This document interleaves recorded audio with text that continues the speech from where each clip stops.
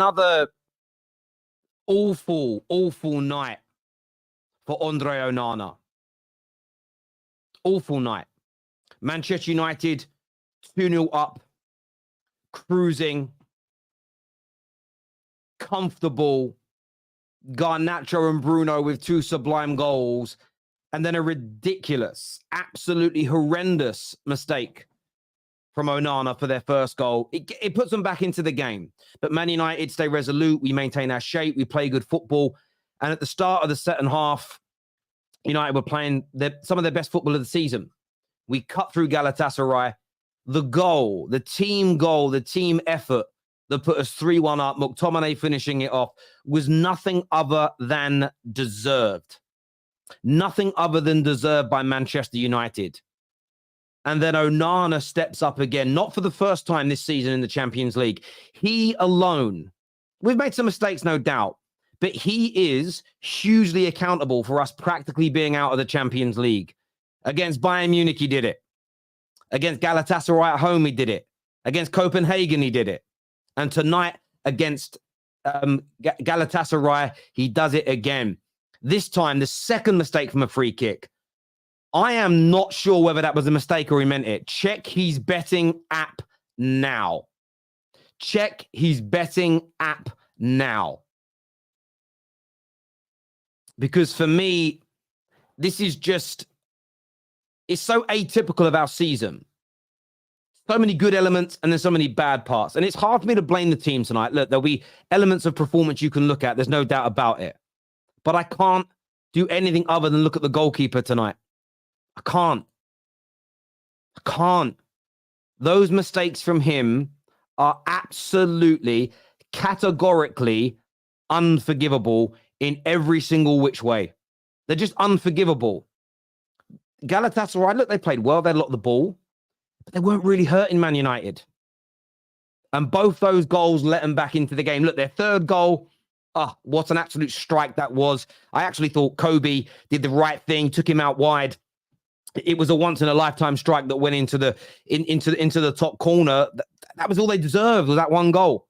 But Onana tonight, with, in my opinion, the worst goalkeeping performance I've ever seen in my lifetime from a Manchester United goalkeeper. And I'm not saying this, I am saying this because I'm passionate right now, but I mean it.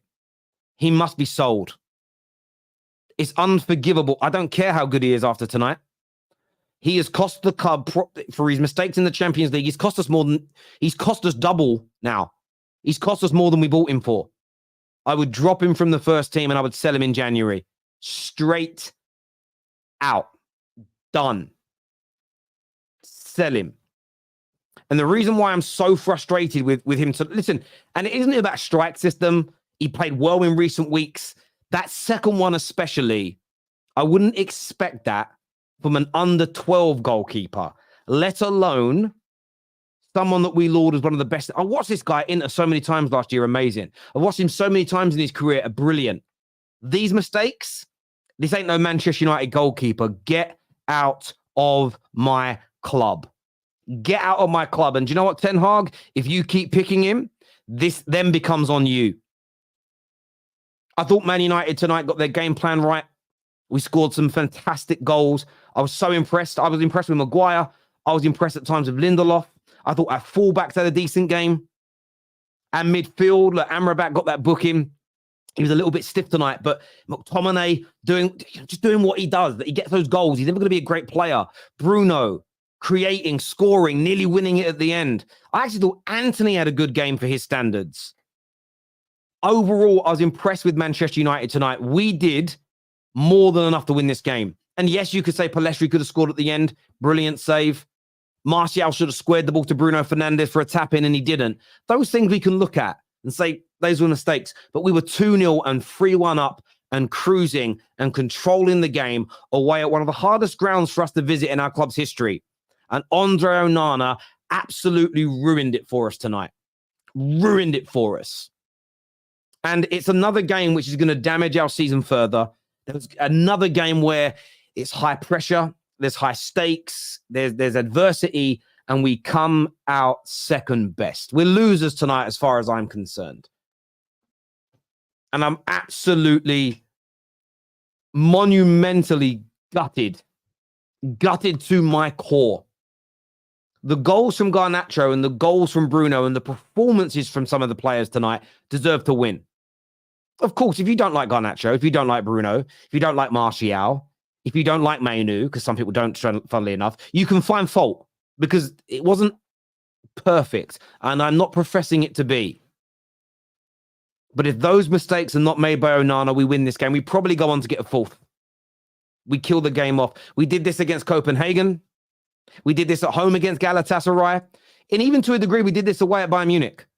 Individual errors costing us time and time and time and time again. Time and time again. That wasn't offside. Talk about it. It was offside. And it was offside where the irony is everybody's been saying that we need to use the automated the offside because it's accurate. So from the angle you saw, it looked level, but that's because Lindelof's arm was out. You can't, that part of the arm can't make you offside. If they cut his arm off the graphic, you'd have seen the shoulder was ahead of the shirt line of the player. So it was marginal, but it was offside. And people asking why would it done so quickly? Because it's semi-automated, and that's what we've been asking for, right? Is a semi-automated stuff.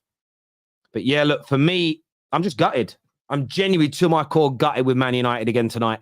And look, my mind might start to change when I calm down. And maybe we were a little wasteful in possession at times. There definitely were moments where we could have held on to the ball better. But that second half, we were so good into Onana's mistake. When did that come? 61st minute? We'd only been in the lead for 7. We just looked comfortable. They'd done nothing. They'd done nothing of any real note. Onana tonight is, for me, I'm just putting it on him. I'm putting it on him tonight. Even the substitute from the manager, they did well. But do you know what happened when it got to 3-3? The reason we missed those chances towards the end is because we can't handle adversity as a team. And we know that for a long time now. Absolutely fuming. Fuming. Galatasaray robbed of a penalty plus a red card for McChicken. No, not in my opinion. Midfield and defense of both teams were non-existent. Well, look, towards the end of the game, both teams were all-out attack. So that's why it became like a basketball match.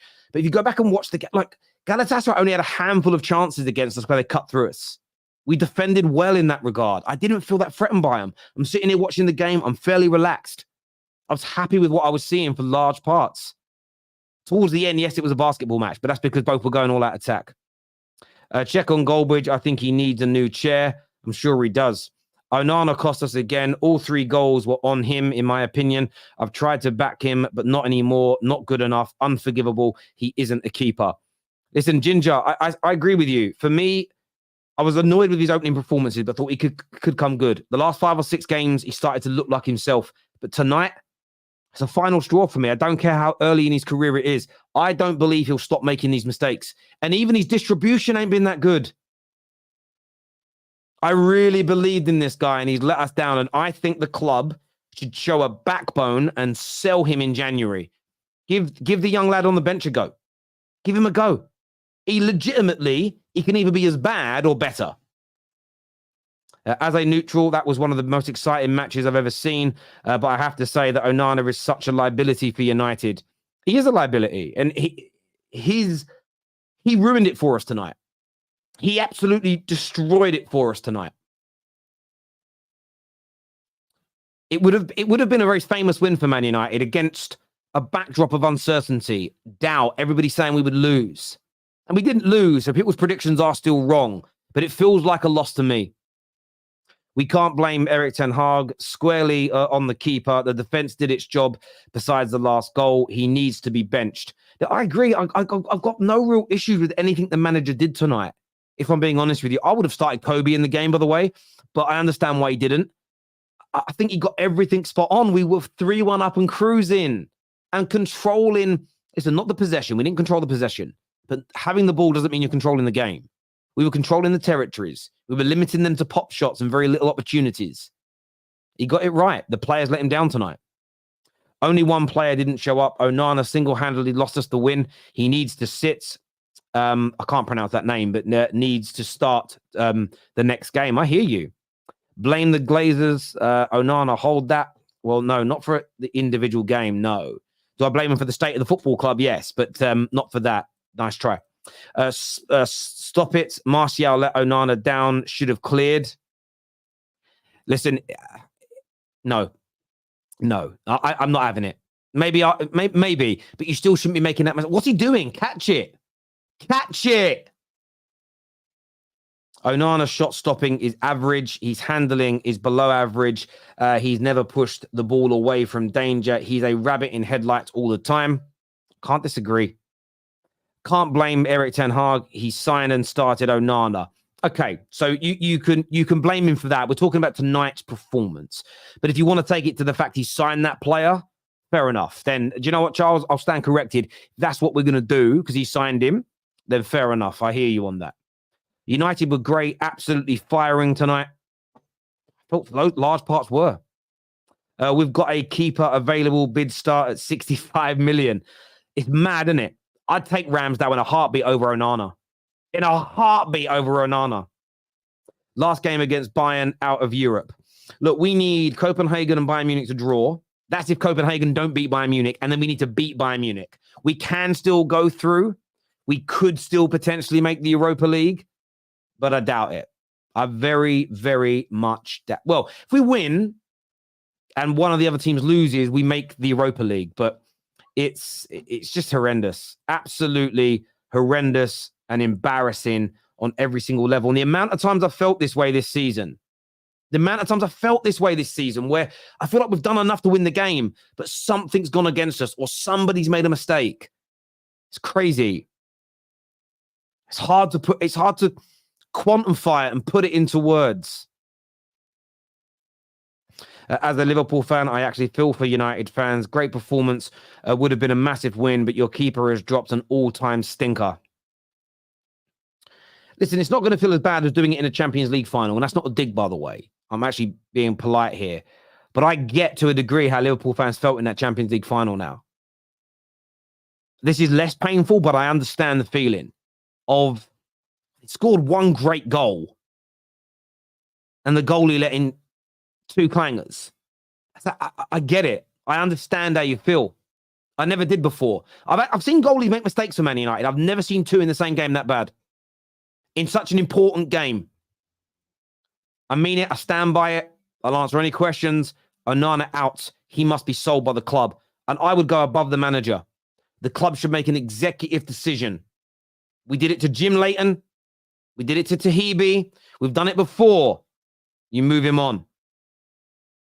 You absolutely have to move him on. His subs were too early. Amrabat was bossing the game.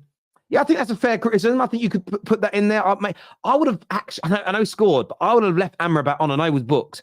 And I would have put Amrabat and Mainu together and really solidified that midfield. That's what I would have personally done. So I think that's a fair criticism. However, if the goalie doesn't make their mistakes, nothing happens. Yes, I am done with Onana. He has cost us Champions League knockout football. I don't believe he's going to stop making these mistakes. That's how I feel right now. Maybe my mind will change tomorrow, but right now, if we announce we're selling him tonight, I'm applauding. And yes, I wanted him. Yes, I did want him. And he ain't good enough. Great. Great. I did want him. But he ain't performing. He's making horrendous mistakes I've never seen him make before. I don't want him. It's as simple as that. I wanted to marry my ex-wife, and then I divorced her. It is what it is. That's not a dig.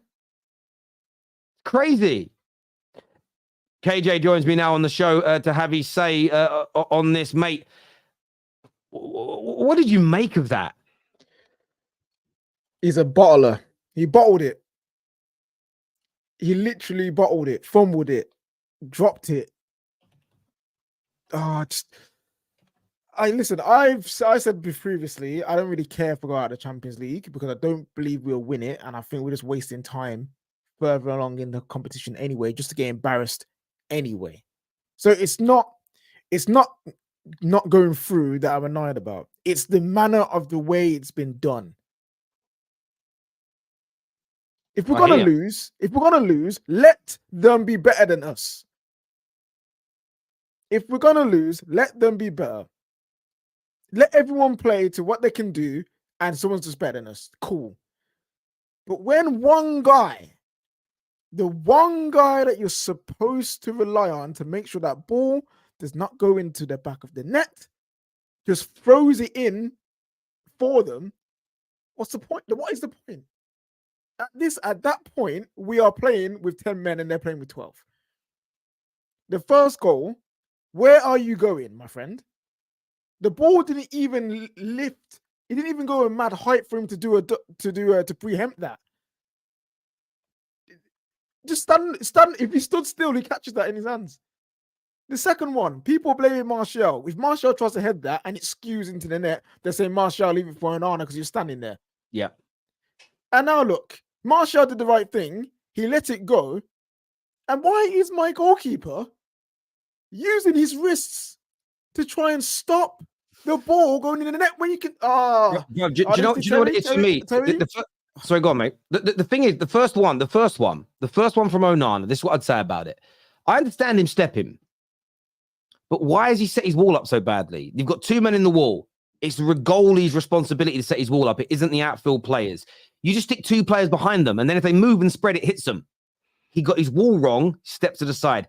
I've never seen a mistake as bad as the second one in my entire life. It's the worst goalkeeper mistake I've witnessed from a top-level goalkeeper. I'm not talking about Sunday League or like lower-level football. Just catch the fucking ball. Just catch it. And I've said it earlier, and I stand by it, KJ. I think we should sell Onana tonight. I don't care to who. You put a pre-contract done, sell him. Move him on. He should never wear a Man United shirt again after tonight, in my opinion. Staffy's with us as well. We're starting off on the Onana mistakes. I know you've been someone like me, bruv, that's backed him, but surely tonight it's unforgivable. I mean, he single-handedly knocked us out of the Champions League. Let's be very honest. I can sit here and talk about everything else, about what's not good enough and all that, but let's put that to the side for now. Him single-handedly eliminated us from the Champions League. We have the third most goals in the competition. If I told you in isolation, look, you're laughing. But it's a true stat. If I told you you have the third most goals in Europe, you're gonna be like, you know what, we're a decent team. But then I follow up and saying, by the way, Terry, we have a -2 goal difference. You're gonna laugh. We've only won one game with those goals as well. We scored So we scored 3 goals away at Bayern Munich, 2 goals at home against Galatasaray, 1 against Copenhagen at home, 3 away at Copenhagen, and 3 again tonight. If you just told people we're scoring 3 away at Bayern Munich, 2 at home against Galatasaray, 3 away against Copenhagen, 3 away against Galatasaray, people would predict at least 3 or 4 wins out of those games. Easy. You would have thought I'm talking about being head-to-head with Bayern right now, who's getting first place. But then when you look at the goals we conceded 4 against Bayern, 4 against Copenhagen, 3 against Galatasaray at home, 1 clean sheet where Onana made the penalty save, and then 3 again today. Listen, first of all, Hakim Ziyech, you can fuck off because you've been a reject for so long, and today this guy looked like prime Ronaldinho. Every time this guy was on a free kick, I just thought we were gonna concede. And when that second one came in, I got so angry when Bruno fouled him because I was like, if we concede again from the same angle from what's his name, Ziyech, I'm gonna be angry. And it is the same exact thing. Staffy, let's stop this here. Those free kicks were ass. They were terrible free kicks. They were terrible free kicks. Let me get to that. Don't worry. I'm not going to defend them. I'm just angry that we were even conceding them. Yeah. It's the same exact fucking free kick. The first one, he doesn't set his wall correct, and he steps early. I'm like, you know what? It happens. I've seen goalkeepers do that every time. But bro, for fuck's sake, bro, how you not keeping that second one out? There's no excuse to not keeping that second one out. I understand. Listen, we've seen over the years when a ball gets whipped in an in swing and it goes to the far post, goalkeepers sometimes misjudge it because they think someone's gonna head it. No one heads it. It goes to the far post. But this one wasn't even in the far post. It was down the middle. How are you getting a touch on it and it still goes in, bro? This guy single-handedly eliminated us from the Champions League. And listen, this is why I'm pissed, because I defended him so much, and I said it was a confidence thing.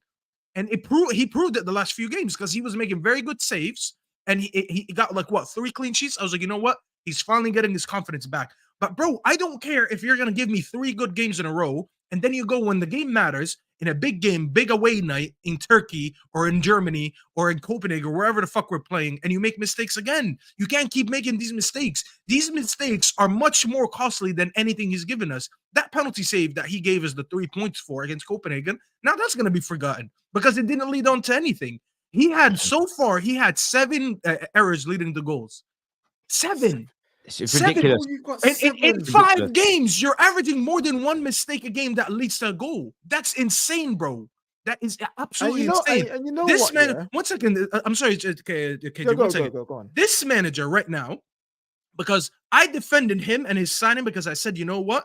Even though he's not so great with his hands, there's a certain style of play that he's trying to play. And today wasn't it again. We're conceding chances again. We conceded 22 against Everton. I said today we're not going to get away with the same amount of chances we give up against Everton because this goalkeeper is not built to just concede chances like that. And today we showed it. This manager, hand on heart, can fuck off and he can take Onana with him. Because I heard Onana's going to AFCON, and I'm going to steal this one from Neeks because he said that. He said he's going to Cameroon for AFCON and don't come back. Bro, go support Cameroon in the AFCON. I hope you have a good tournament and don't come back. We don't want you back, bro. Because what you did today, you put us all in the fucking mud. Anyone who did what I did and supported him and said he was a good goalkeeper and he just lacked confidence, today you just dunked on all of us. I need to chat about talking about Ten Hag. Yeah, let's just chat about my man today because today I don't think he did anything wrong per se. I think the subs were good. I think the game plan was fine. But what I want to highlight is this summer's transfers. Besides Rasmus, what have we spent money on? Mason Mount is not even fit and barely plays. Onana's making mistakes and costing us games. And Amrabat, someone said he bust the game today. He was average today. And he's barely been playing games as well. So what did we do this summer? What was the point of this summer? Because his signings don't even play.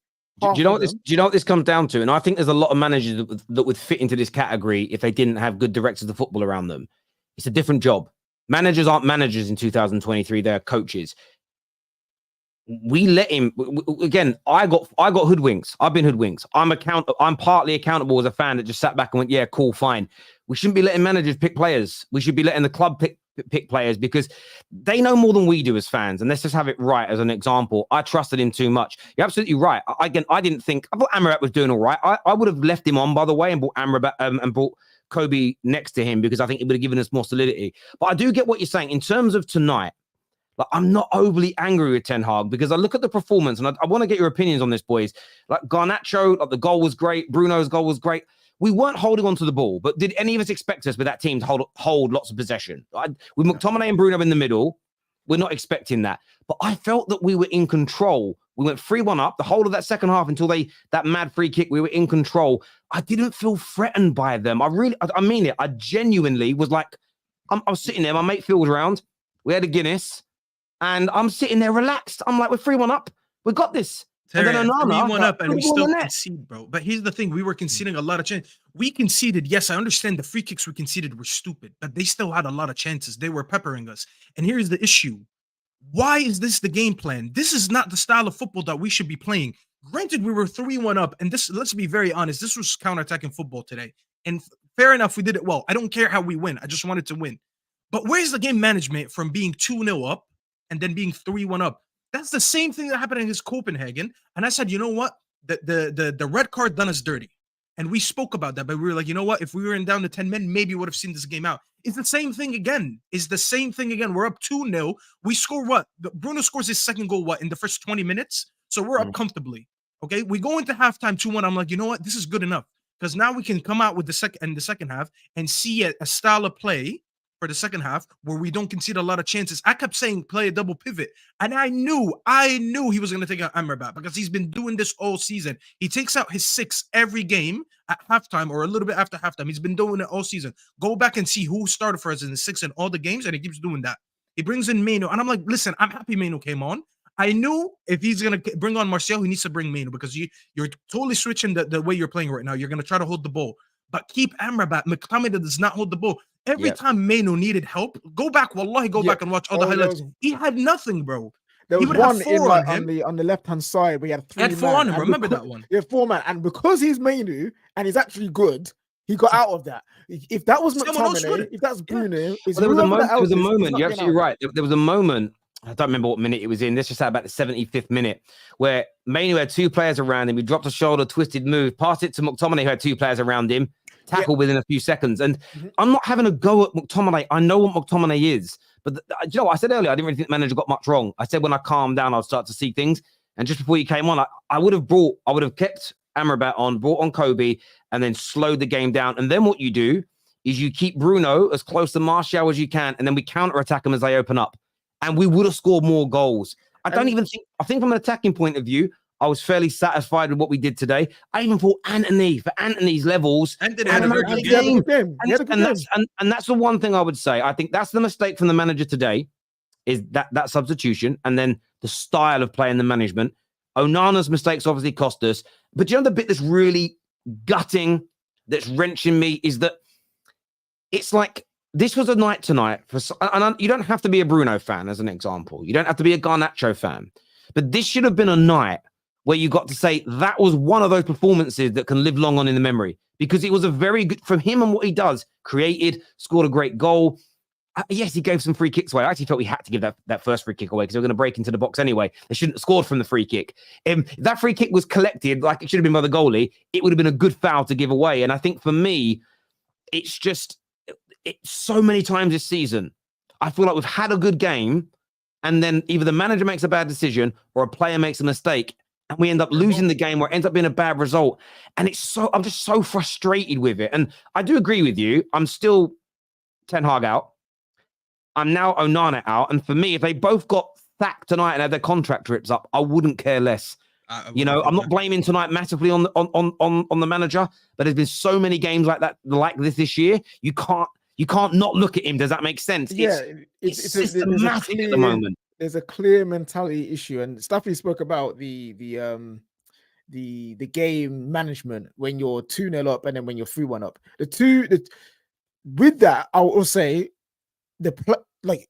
Ten Hag kind of mitigate for Onana doing what he did to make it 2-1 and 3-2. So there's that. But what the players could do is have some balls themselves and control the situation themselves, you know? But this is where we come down to Ten Hag. Where's this mentality that he's supposed to bring in? Like, where is it's not just the composure? But where is the composure? Where is the ability to sense the situation and adapt to that situation and know what to do? Yes, Ten Hag sets out game plans, and yes, he has to adjust things during games. But as a player, you should be smart enough to be able to change things in your own game to make things better. Like, this ain't FIFA. Ten Hag hasn't got the controller and doing everything himself. The game plan was garbage, KJ. Let's just listen. I don't want to listen. Onana, we fairly spoke about him because he sold the game 100%. We're not denying that. But we also have to talk about the game plan, because the game plan without Onana's mistakes was still shit. It was so bad. This is not how you should be approaching this game. There's no way I'm getting peppered for 90 minutes from Galatasaray, bro. And I said this, I swear I said this on my channel. I said, if we give them the same volume of chances that we gave Everton, we will concede, because there will be moments. They have more quality than Everton has. The reason Everton didn't score against us is because they don't have quality players up front. They do. They have Icardi. They have Ziyech. They have Mertens. They have Zaha. They had so many chances. By the way, they had so many chances that they missed. I wouldn't say clear-cut chances, but they were shooting much more on goal. I didn't even check the stats. People like to call me a stat merchant. I didn't even check the stats, but I know I watched the game. We all watched the game. We saw that they dominated the game more than us. We were just a little bit more clinical than them because we got less chances and we were scoring from them. But there's no way I'm 2-0 up and I still can't control the game. And we've been doing this all season. Today, Kobe Mainoo, when he came on, he fell a victim of what we've been talking about all season. The sixes struggle in this way that he sets up. He took out a 6 and brought on a 6. I think everyone here would agree when you're at 3-1 up, you're looking at that and you're like, go with a double pivot. Because why not? That gives you more security in the midfield. And even with your build-up, let's just say you want to build up from back and all that, it gives you two sixes instead of one. He did not do that. Agree. I totally agree. And while he's an 18-year-old, and we're up 3-1, and you took out the only 6 that you would have kept with him. Why don't you just put him next to him? He gave us a very good performance against Everton, but come on, everyone knew he's eventually going to fall victim to the same thing that's happened to all our sixes. It's just common sense for me that you lock up the game from there. It's 60 minutes. You're up 3-1. Just be a little bit more secure because that midfield didn't exist. It looked like a basketball game. And also, Mainoo on that third goal, he did actually everything right. He did everything right. It was just a very good finish, honestly. He tracked his man, good finish. But again, Onana covering that post. So, like, you're right, Staffy. The number 6 position at Man United, what Ten Hag has done to it has destroyed it. What he did last season was fine. He had 2 midfield. We had played a double pivot. We had 2 midfielders, 1 destroyer, 1 controller in Eriksen and Casemiro. And we won on a fantastic run last season with that. He switched to this single pivot. He switched to the double 8s. And it's just not worked. And what does McTominay have to do to be dropped? Because, yes, he can score goals. And if he's coming off the bench to score goals for Man United, I'm cool with him being in the squad. I really am. But when we're in games where now we need to control it, now that we're 3-1 up, he is a passenger. He is a passenger. And I don't understand what he's done to warrant this loving right now for Ten Hag. I feel like it's the first maybe his job. Maybe he knew he was getting sacked against Brentford, and those 2 goals saved his job. So now he's repaying that. Like, it must be, bro. It must be that because it don't make no sense.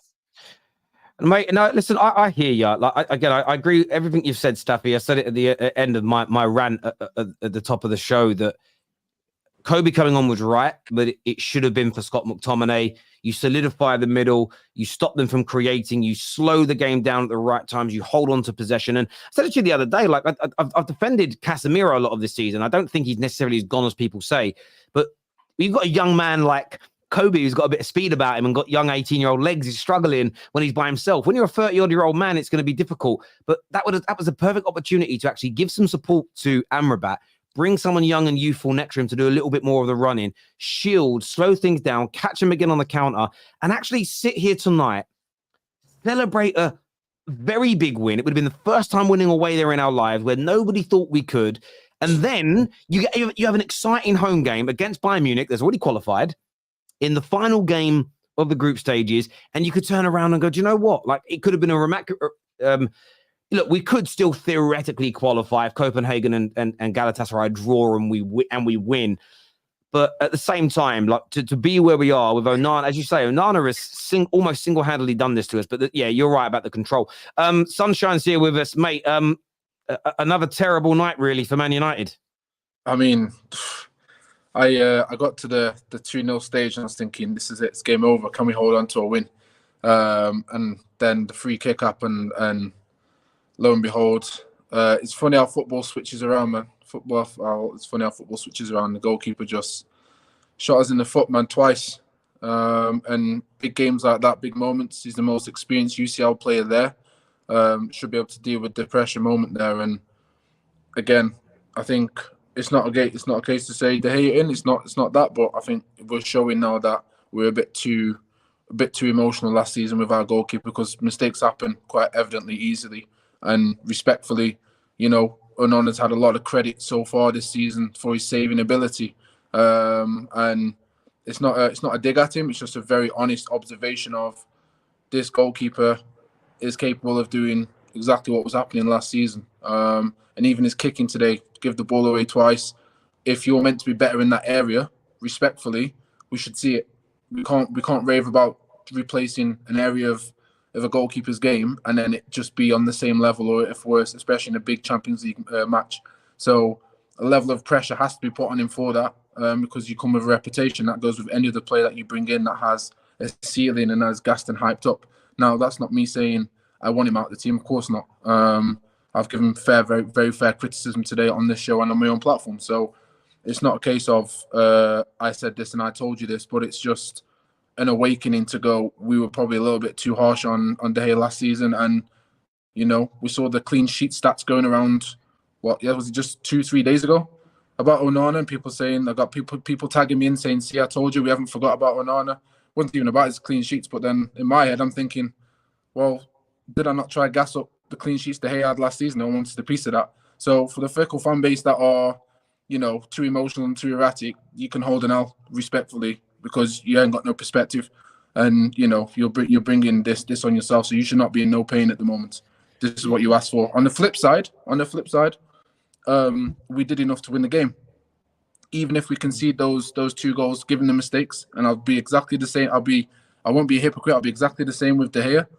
If you create chances enough and you put the ball in the back of the net, then whether you make a mistake or not, you should be able to go and grind out a win.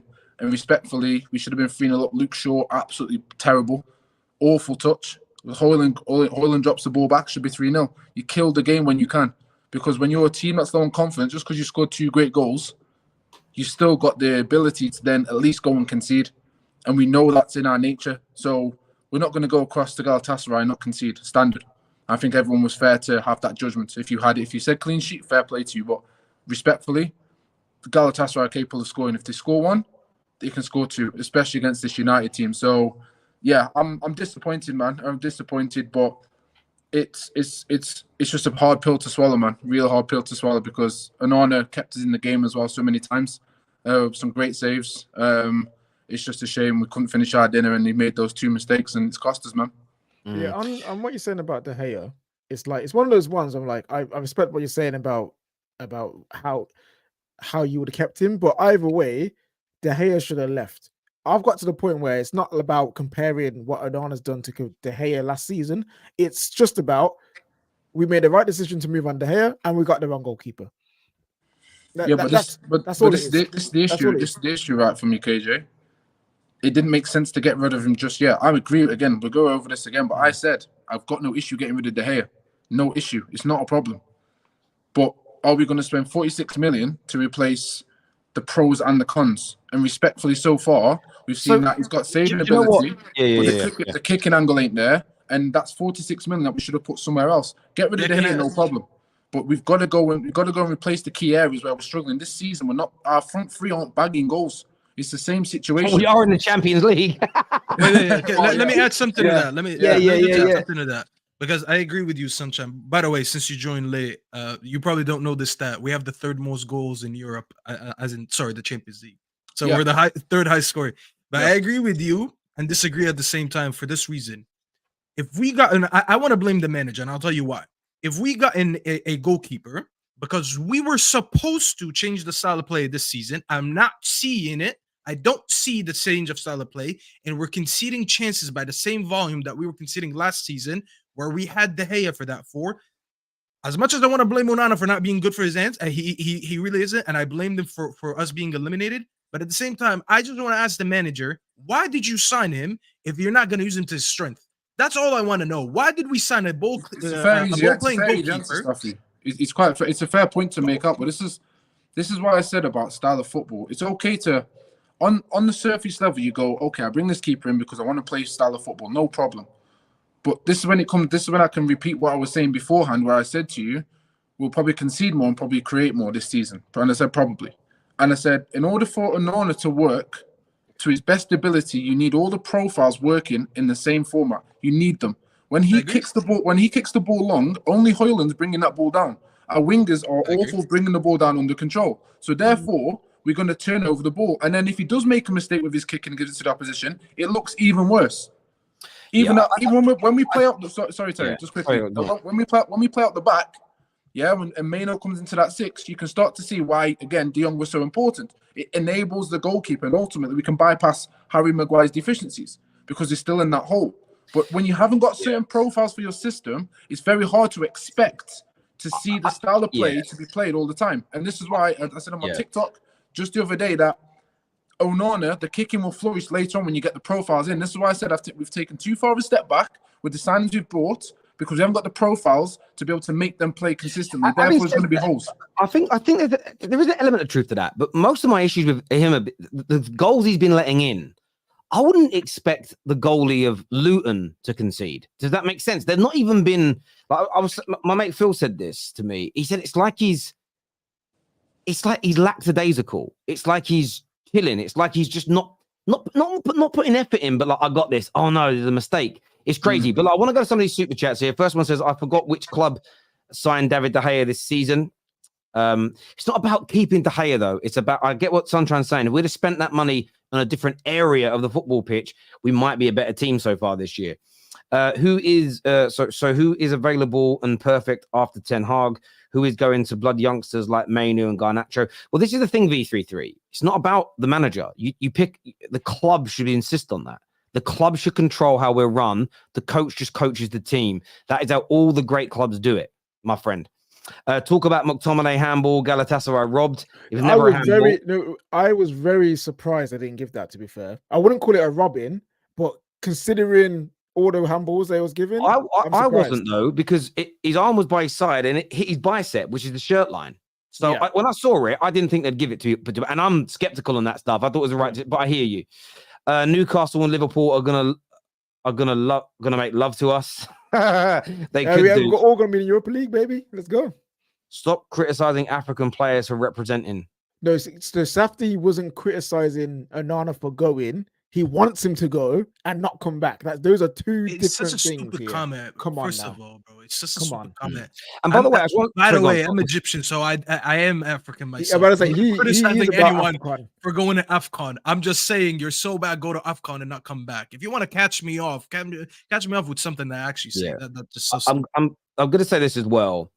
If Palestri scores that goal at the end, or Martial, I can't believe Martial didn't square it to Bruno. But if he does, if we score those goals, I still have exactly the same energy for the goalkeeper, because win, lose or draw, he has to go. By the way, you reminded me, Taylor, on that point, Palestri, I'm never making a case for him again. He's The not kid good kicks enough. the ball like a toddler, bro. Can I just say this about Palestri? You know what we've seen from Kobe in the last two games? Yeah. You know what I always say? You see straight away whether someone's of the level to become a great player for your club. And Palestri just isn't it. He's had too many chances, and I go, meh. Every now and then a good skill, but he just, meh. He don't do anything. Honestly, we spoke about this on the phone before. He confuses me, this young man, because when he plays for Uruguay, he's good. Right-hand side, driving at defenders, creating things making things happen, sorry. I think he can do something. As soon as he comes to United, his powers go. But you know why that is? It's because typically speaking, international football is not as difficult as Champions League and Premier League football. Like Man City as a football team could beat most international sides. They just would. You got to remember They just would. So that's why international football just isn't as good. It's different. Needed Varane in there today. Again, I just don't think it mattered today. I think you missed my super chat by accident, Josh. I'm sorry. I don't know if I did, because it would have been up. It's nothing starred. Hang on a second. There's another goal here for Arsenal, I think. Jesus. Oh, skills. Oh, 2-0 Arsenal. Yay, my second team. You're an Arsenal fan, Terry. Why are you not celebrating? Terry Stone, the Champions League, we're knocked up, but he's still I'm still in it, boys. Arsenal fans have adopted me, innit? It's one of them ones. But I could tell I've had a few. I got so angry as well. My cheeks are still hot, bruv.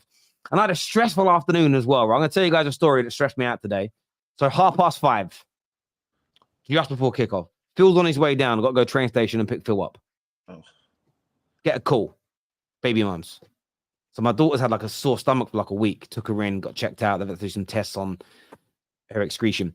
And they ring and I go, can you guys come in by 6 p.m, please? Well, like, oh, why? I've got the test results. Like, yeah. Why do you want us to come now? Is it an emergency? Yeah, we really need to speak to you about it tonight. So obviously it's my 5-year-old daughter panicking. So like rushing around, grabbing things, getting there, sit down, waiting, games on, watching it on my phone. Doctor's like, yes, we had the results back and it's all clear. Well, why are we here? Why didn't you tell us on the phone? Literally, I thought it was going to be bad news. I was like, imagine doing that to someone. Anyway, all 3 goals are his fault. Very concerning. I agree. Karma for David De Gea. I don't believe in that, but I hear people that love him would say that. Please release Onana, sack Ten Hag soon, is what Jay says. This They're is both doing KJ together. nonsense. Clear ball in 6 yards. Not. Don't leave it. Martial one. I can't believe people are blaming Martial for that goal.